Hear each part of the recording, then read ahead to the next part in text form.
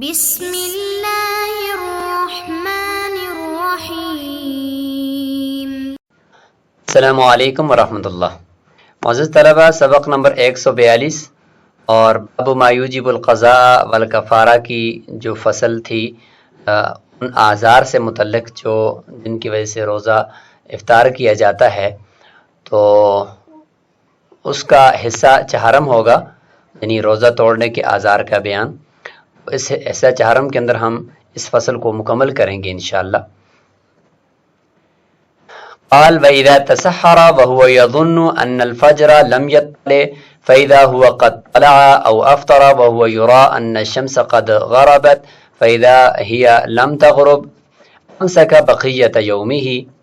وَلَا كَفَارَةَ عَلَيْهِ۔ مسئلہ یہ ہے کہ ایک شخص نے سحری کی اس گمان میں کہ ابھی تک صبح صادق طلوع نہیں ہوئی، حالانکہ صبح صادق ہو چکی تھی، یا یہ ہے کہ افطار کیا روزہ اور اس کو گمان یہ ہے، یرا کے صیغہ ہے یہاں پہ، یرا نہیں ہے، یقین نہیں، یرا، گمان یہ ہے اس کو کہ سورج غروب ہو چکا ہے، حالانکہ سورج ابھی تک غروب نہیں ہوا تھا۔ یہ شخص روزہ تو اس کا ضائع ہو گیا، بقیہ پورا دن، یعنی سحری کی صورت میں بقیہ پورا دن اپنے آپ کو کھانے پینے اور جماع سے روکے رکھے گا، کفارہ اس کے اوپر نہیں ہوگا، صرف قضا لازم ہوگی۔ بقیہ پورا دن کیوں روکے رکھے گا؟ قضاء لحق الوقت، وقت جو رمضان کا ہے اس کے حق کو پورا کرنے کے لیے، بالقدر الممکن، جتنا ممکن ہے اس کی بقدر، کیونکہ ابھی روزہ تو ہے نہیں، لہذا بقدر ممکن وہ اپنے آپ کو بچائے رکھے۔ او نفیا للتہمہ، یا تہمت سے بھی اپنے آپ کو بچانا ہے، کیونکہ اگر کھائے گا پیے گا دن کو تو لوگ کہیں گے کہ یہ تو روزے ہی نہیں رکھتا، بڑا فاسق آدمی ہے، اس لیے تہمت سے بچنا ہے۔ علیہ القضاء، قضا لازم ہوگی، لأنہ حق مضمون بالمثل، کیونکہ یہ روزہ ایسا حق ہے جس کا زمان لازم ہوتا ہے اس کی مثل کے ساتھ، کوئی معاف نہیں ہوتا یہ حق، اس کا زمان اس کی مثل کے ساتھ اسی طرح کا روزہ رکھ کر ہی دینا پڑتا ہے، لہذا قضا لازم ہوگی۔ کما فی المریض والمسافر، اس طریقے سے مریض اور مسافر کے اندر ہوتا ہے، اگر وہ کسی عذر کی وجہ سے، یعنی اپنے عذر کی وجہ سے روزہ ساخت کرتے ہیں تو اس کی مثل ان کو پھر دینی پڑتی ہے، روزہ رکھنا پڑتا ہے۔ ولا کفارۃ علیہ، اور ان کا جو روزہ رکھنا ہوتا ہے مریض کا اور مسافر کا، عدت یعنی عدت من ایام اخر، صحت کے اور مقیم ہونے کی حالت کے دنوں کو پانے کے ساتھ متعلق ہوتا ہے کہ جتنے دنوں اس کو ملیں گے اس میں اس نے پھر رکھنا ہوگا، مرض یا سفر کی حالت میں نہیں۔ کفارہ لازم نہیں ہے اس صورت کے اندر اس کے اوپر، لأن الجنایۃ قاصرۃ، کیونکہ یہاں پہ جنایت کامل نہیں ہے بلکہ قاصر ہے، لعدم القصد، اس کا اپنا قصد تو نہیں تھا بلکہ وہ تو یہ سمجھا کہ ابھی تک صبح صادق نہیں ہوا۔ وفیہ قال عمر رضی اللہ عنہ، حضرت عمر رضی اللہ تعالیٰ عنہ نے ایک دفعہ یہ فرمایا ہے، کوفہ کی مسجد کے صحن میں بیٹھے ہوئے تھے، صحابہ کرام بھی تھے، تو دودھ کا پیالہ لایا گیا اور روزے کے دن تھے، تو روزے کے اندر انہوں نے اس کو پی لیا، یعنی افطار کا ہی قریبی وقت تھا اور وہ یہ سمجھے کہ شاید سورج غروب ہو چکا ہے، سب نے پی لیا۔ پھر مؤذن کو حکم دیا کہ جا کر اذان دے۔ جب مؤذن اذان دینے کے لیے اوپر چڑھا تو دیکھا کہ اس کو اونچی جگہ سے دیکھا، سورج نظر آ گیا، اس نے کہا کہ الشمس یا امیر المؤمنین، سورج تو یہ سامنے موجود ہے۔ تو پھر حضرت عمر رضی اللہ عنہ نے فرمایا تھا کہ ہم نے آپ کو داعی بنا کر بھیجا ہے، کوئی راعی بنا کر نہیں بھیجا، اور ما تجانفنا فی الاسم، ہم نے کوئی اس کے اندر گناہ کی طرف میلان نہیں کیا جان بوجھ کر، لہذا قضاء یوم علینا یسیر، ایک دن کا روزہ رکھنا ہمارے اوپر اس سے زیادہ آسان ہے، لہذا ہم اس کے بدلے میں ایک دن کا روزہ رکھ لیں گے اور ہم بھول چکے ہیں۔ یہ واقعہ مصنف ابن ابی شیبہ کے اندر موجود ہے اور اس کے اندر یہ تفصیلی روایت موجود ہے۔ اسی طریقے سے امام بہقی نے بھی اس کو روایت کیا ہے۔ المراد بالفجر، یعنی فجر سے مراد متن کے اندر الفجر الثانی ہے، صبح صادق ہے، نہ کہ صبح کاذب۔ وقد بیناہ فی الصلاۃ، کتاب الصلاۃ کے اندر اس کا ذکر ہو چکا ہے، یعنی 18 ڈگری زیر افق پہ یہ صبح صادق طلوع ہوتی ہے۔ ثم التسحر مستحب، اچھا اب سحری کا حکم ذکر فرما رہے ہیں کہ سحری کھانا کیا ہے اسلام کے اندر؟ فرماتے ہیں کہ سحری ثواب کی چیز ہے، مستحب ہے۔ رسول اللہ صلی اللہ علیہ وسلم نے فرمایا سحروا فإن فی السحور برکہ، سحری کیا کرو کیونکہ سحری کرنے کے اندر اللہ تعالیٰ نے برکت رکھی ہے۔ سب نے اس کو روایت کیا ہے سوائے امام ابو داؤد کے، اور اسی طریقے سے امام بخاری نے بھی اس کو روایت کیا ہے۔ انس بن مالک رضی اللہ تعالیٰ عنہ سے سنا ہے، کون روایت کرنے والے ہیں؟ عبد العزیز بن صہیب، اور حدیث نمبر جو ہے وہ 1923 ہے۔ اور سحری کے اندر مستحب وقت اخیرہ، اس کو مؤخر کرنا ہے، یعنی صبح صادق ہونے سے کچھ دیر پہلے، یعنی جس کو صبح صادق ہونے کا پتہ ہو کہ اس وقت میں ہوتی ہے تو اس کے لیے اس کو مؤخر کرنا مستحب ہے۔ لقولہ علیہ السلام ثلاث من اخلاق المرسلین، یہ رسولوں کی عادات میں سے 3 چیزیں ہیں۔ تعجیل الافطار، یعنی افطار کے اندر جلدی کرنا، یعنی وقت داخل ہونے کے بعد، تاخیر السحور، اور صبح صادق سے پہلے لیکن سحری کے اندر تاخیر، یہ عادت ہے مرسلین کی۔ سواک اور مسواک کرنا۔ ہم حیثمی نے مجمع الزوائد میں ابو دردہ رضی اللہ عنہ سے اس کو مرفوعاً نقل کیا ہے، اور حدیث نمبر ہے 2611۔ اس میں یہ ہے کہ ثلاث من اخلاق النبوہ تعجیل الافطار، تاخیر السحور، وضع الیمین علی الشمال فی الصلاۃ۔ اسی طریقے سے امام طبرانی نے معجم کبیر میں یہ بھی ان معاشر الانبیاء امرنا بتعجیل فطرنا وتاخیر سحورنا ووضع ایماننا علی شمائلنا فی الصلاۃ الا انه اذا شک فی الفجر، ہاں اگر شک ہے اس کو صبح صادق کے اندر، اور اس صورت کے اندر پھر یہ کہ یعنی اس کا گمان یہ ہے کہ پتہ نہیں یہ صبح صادق کا وقت ہے یا کس وقت داخل ہوگا، تو اس صورت کے اندر پھر اس کو جلدی کر لینی چاہیے۔ اور معنی وہ مطلب یہ کہ تساویل ظنین، دونوں ظن، یعنی صبح صادق کے ہونے کے اندر، اور یعنی کب ہے اس کا وقت، اور یا یہ کہ یہ فلاں وقت اس کا ہے یا نہیں ہے، اس کے اندر دونوں ظن اس کے برابر ہیں، تو اس صورت کے اندر پھر فرماتے ہیں کہ جلدی کر لینی چاہیے۔ فالافضل ان يدع الاكل تحرزا عن المحرم ولا يجب عليه ذلك، افضل یہ ہے کہ جب اس کو شک ہو جائے کہ اس وقت میں ابھی سحری کر رہا ہوں، یہ وقت صبح صادق کے بعد کا ہے یا پہلے کا ہے، اس میں اس کو شک ہو گیا اور دونوں طرف اس کے برابر ہیں، کوئی ظن غالب نہیں ہے، تو پھر فرماتے ہیں کہ بہتر یہ ہے کہ وہ اس وقت میں پھر کھانا پینا چھوڑ دے۔ اذان کی آواز بھی اس کو نہیں آ رہی ہے، اور یعنی اس کو کچھ بھی سمجھ نہیں آ رہا، تو تحرز عن المحرم، حرام کام سے بچنے کے لیے کھانا پینا ہی چھوڑ دے۔ ولا یجب علیہ ذلک، لیکن ایسا کرنا اس کے اوپر واجب نہیں ہے۔ لو اکل فصومہ تام، اگر اس نے اس وقت میں جس وقت اس کو شک تھا کھا لیا، روزہ اس کا تام ہو جائے گا۔ لأن الاصل هو اللیل، کیونکہ اصل تو ابھی تک چونکہ اندھیرا ہے اور رات موجود ہے، تو اصل تو رات ہے، اور صبح صادق جو ہے وہ اس کا آنا وہ گوئے کہ اس کے بعد ہوتا ہے، تو لہٰذا جب تک کہ کوئی یقینی اس کے اوپر اس کے پاس دلیل نہیں ہوگی یا اس کو پتہ نہیں چلے گا، تو اس وقت تک وہ رات ہی شمار ہوگی۔ وعن ابی حنیفہ رحمہ اللہ، امام ابو حنیفہ رحمہ اللہ سے روایت ہے کہ اذا کان فی موضع لا یستبین الفجر، اگر وہ ایسی جگہ پر ہے کہ جہاں پر صبح صادق واضح نہیں ہو سکتی، او کانت اللیل مقمرہ، ایک رات چاندنی کی ہے اور پوری رات چاند چمک رہا ہے، او متغیمہ، یہ ہے کہ بادل ہیں، ساری رات بادل رہے ہیں، تو ان سب صورتوں میں جب اس کو پتہ نہیں چل رہا صبح صادق کی جو روشنی مشرق کی طرف وہ چوڑائی میں پھیلنے والی روشنی ہے وہ اس کو نظر نہیں آ رہی، ان سب یعنی عوارض کی وجہ سے، او کان ببصر ہی علت، یا اس کی آنکھوں کے اندر کوئی بیماری ہے جس کی وجہ سے اس کو وہ صبح صادق والی روشنی نظر نہیں آ رہی، وہ یشکو، اور اس کو شک پڑ گیا۔ فرماتے ہیں ان سب صورتوں کے اندر لا یاکل، وہ اس وقت میں پھر کھانا پینا چھوڑ دے۔ ولو اکل فقد عصا، اگر کھا لیا تو اس نے برا کیا۔ لقول علیہ السلام دع ما یریبک الی ما لا یریبک، یعنی چھوڑ دے اس چیز کو جو آپ کو شک میں ڈالتی ہے اور اس چیز کو لے لے جو آپ کو شک میں نہیں ڈالتی۔ وان کان اکبر رأیہ انہ اکل والفجر طالع، اگر اس کی ظن غالب اور سب سے زیادہ اچھی رائے اس کی، بلکہ غالب رائے اس کی یہ ہو کہ اس نے ایسے وقت میں کھایا ہے کہ صبح صادق اس وقت ہو چکی تھی، یہ اس کا ظن غالب اگر بن گیا ہے، فرماتے ہیں کہ فعلیہ قضاؤہ، تو اس روزے کی قضا اس پر لازم ہوگی۔ عملا بغالب الرأی، غالب رائے کے اوپر عمل کرتے ہوئے، وفیہ الاحتیاط، چونکہ عبادات ہے تو عبادات کے اندر احتیاط ہوتا ہے، وعلی ظاہر الروایہ، اور ظاہر روایہ کے اوپر اگر مسئلے کو دیکھا جائے تو لا قضاء علیہ، اس کے اوپر قضا نہیں ہے، لأن الیقین لا یزال الا بمثلہ، کیونکہ یقین جو ہوتا ہے وہ زائل نہیں ہوتا مگر اسی جیسے ہی یقین کے ذریعے سے، لہذا شک کی وجہ سے یقین زائل نہیں ہوتا، جب اس کو یقین ہے تو ظن غالب ہے تو پھر اس کے اوپر قضا لازم نہیں ہے۔ وَلَوْ ظَهَرَ أَنَّ الْفَجْرَ طَالِعٌ، اگر یہ بات ظاہر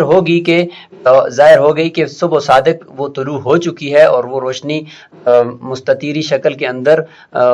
نظر آ گئی ہے مشرق میں، تو لا کفارۃ علیہ، یعنی اس صورت کے اندر، یعنی اس نے یعنی جس وقت سحری کیا اس سے پہلے نظر آ چکی تھی تو کفارہ اس کے اوپر نہیں ہے، لأنہ بنى الامر علی الاصل، کیونکہ اس نے معاملے کو کس پر، اصل کے اوپر اس کو بنا کیا ہے، کیونکہ اس نے گمان کیا ہے یہ ہے کہ ابھی رات ہے، اور رات کا ہونا بھی ایک دلیل ہے کہ بھئی ابھی تک شاید صبح صادق نہیں ہوئی، اور اس کا ظن غالب بھی ہو گیا، تو اصل جو تھی رات ہے اور اسی کے اوپر اس نے معاملے کو رکھا ہے، فلا تتحقق العمدیہ، تو جان بوجھ کر ایسے وقت میں سحری کرنا متحقق نہیں ہوا تو لہذا کفارہ نہیں ہے۔ ولو شک فی غروب الشمس لا یحل له الفطر، اگر سورج کے غروب ہونے کے اندر اس کو شک ہو گیا تو اس کے لیے افطار کرنا حلال نہیں ہے، بھی انتظار کرنا پڑے گا، لأن الاصل هو النہار، کیونکہ یہاں پر اصل افطار کے وقت اصل جو ہے وہ ابھی تک نہار ہی ہے، اور جو غروب ہوگا تو ظاہر اس کے لیے کوئی دلیل چاہیے۔ ولو اکل، اور اگر اس نے کھا لیا فعلیہ القضاء، اس کے اوپر قضا لازم ہوگی، کیونکہ ابھی تک غروب آفتاب کا اس کو شک ہے اور یقین نہیں ہے۔ عملا بالاصل، اصل کے اوپر عمل کرتے ہو کہ اصل دن ہی ہے، کسی دلیل کی وجہ سے ہم غروب کی طرف جائیں گے، بغیر دلیل کے ہم نہیں جائیں گے۔ وَإِنْ كَانَ أَكْبَرُ رَأْيِهِ أَنَّهُ أَكَلَ قَبْلَ الْغُرُوبِ، اگر اس صورت میں اس کا غالب گمان یہ ہوگا کہ اس نے غروب سے پہلے اس نے کھا لیا ہے، فَعَلَيْهِ الْقَضَاءُ روایت واحدہ، ایک روایت میں اس کے اوپر قضا لازم ہوگی، لأن النہار هو الاصل، کیونکہ اصل تو دن ہی ہے۔ لو كان شاكا فيه، اگر اس کو شک ہے نہ غروب آفتاب ہونے کا یقین ہے اور نہ ہی نہ ہونے کا، لہذا دونوں طرف برابر ہیں۔ وتبین، اور یہ بات پھر بعد میں پتہ چلی کہ انہا لم تغرب، ابھی تک سورج غروب نہیں ہوا تھا کہ اس نے کھا لیا ہے، ینبغی ان تجب الکفارہ، اس کے اوپر کفارہ بھی لازم ہونا چاہیے، نظرا الی ما هو الاصل وهو النہار، اصل کی طرف دیکھتے ہوئے، کیونکہ اصل تو دن ہے اور ابھی تک یعنی اس نے جو کھایا ہے تو اس نے کھایا بھی اس نے غروب آفتاب سے پہلے ہے، تو کفارہ اس کے اوپر لازم ہونا چاہیے، لیکن جب تک اس کو غالب گمان نہیں ہوا تھا اس وقت تک اس کے اوپر کفارہ لازم نہیں ہے کیونکہ شک ہے۔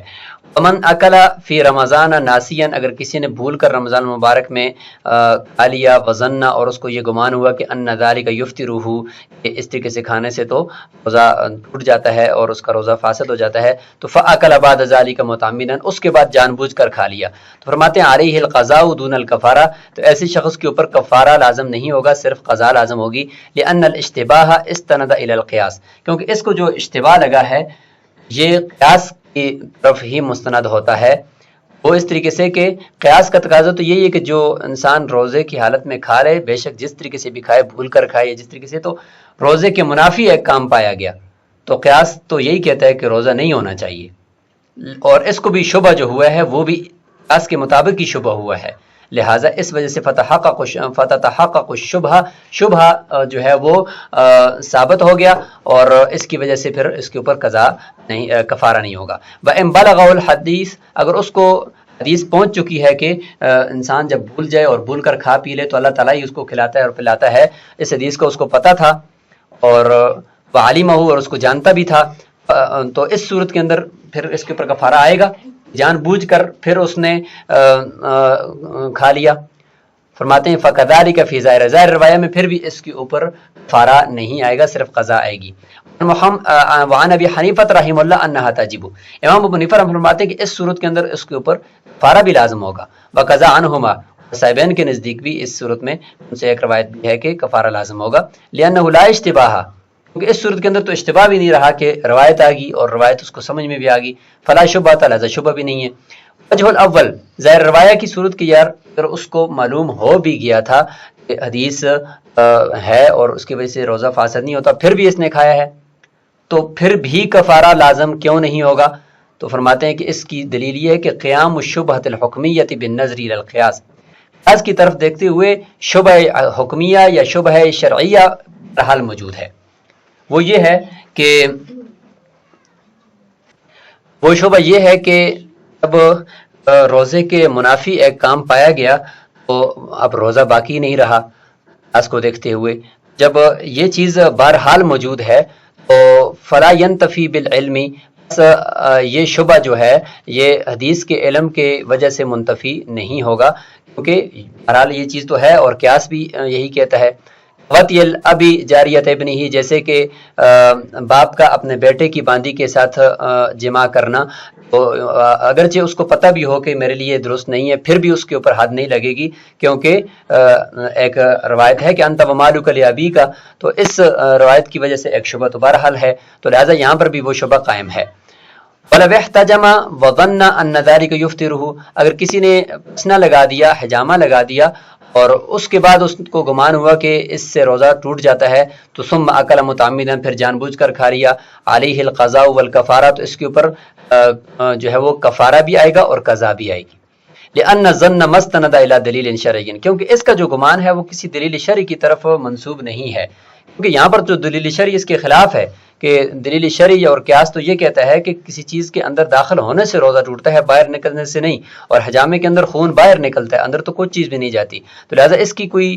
اس کا گمان کسی دلیل شرعی کی طرف نہیں جا رہا، تو اس لیے اس کے اوپر قضا اور کفارہ آئے گا۔ ہاں الا اذا افتاہ فقیہ بالفساد، ہاں اگر کسی فقیہ اور مفتی نے اس کو فتویٰ دے دیا ہو کہ روزہ اس سے فاسد ہو جاتا ہے اور اس نے پھر اس کو دیکھتے ہوئے روزہ توڑ دیا، تو اس صورت کے اندر اس کے اوپر کفارہ نہیں آئے گا، کیونکہ لأن الفتویٰ دلیل شرعی فی حقہ، کہ ایک عام آدمی کے حق میں فتویٰ وہ دلیل شرعی بن سکتا ہے، تو ہم یہ سمجھیں گے کہ اس کی وجہ سے اس نے روزہ توڑا ہے، تو شبے کی وجہ سے کفارہ نہیں آئے گا۔ ولو بلغ الحدیث، اگر اس کو حدیث پہنچ چکی تھی، وہ حدیث یہ ہے کہ افطر الحاجم والمحجوم، یعنی پسنا لگانے والا اور جس کو لگایا گیا ان دونوں کا روزہ